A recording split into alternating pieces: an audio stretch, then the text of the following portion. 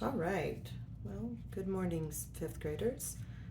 In this video, we're going to talk about what we're doing today, and we're going to be using the grid technique for our minion and for our still life.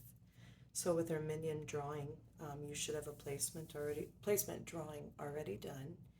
And so the next step is to shade it. And we haven't talked much about shading, so I'm just going to very briefly talk to you about the do's and don'ts of shading. And mainly, when it comes to shading, we don't want to use really big strokes like this when we're shading. So instead, use small little strokes. And if you're struggling with that, you can actually go in little circular directions. And I don't know if you can see it on the video, but I'm just going around and around in small little circles. And this eliminates a lot of obvious lines when shading. The other thing I want you to consider when you're working on your shading is we don't just look at something and say, okay, that's black, so I'm just going to fill it in black. You actually want to look for the light and the darks of values and shadows. And so like underneath the eyepiece of the minion, it's relatively dark.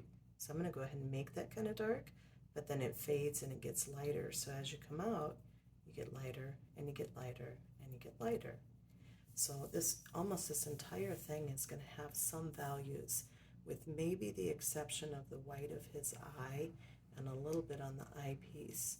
So that's the first thing you're going to do during daily drawing time. You're not going to get done shading. You're just probably going to get a start to it. That's the first 10 minutes. The second thing we're going to do is we're going to take this still life and we're going to enlarge it, make it bigger on the drawing paper, and we're going to use a grid for that. So you will all have access to one of these pieces of paper with a grid on it, but I do want this back when you're done. You're just going to use this as a tracing template.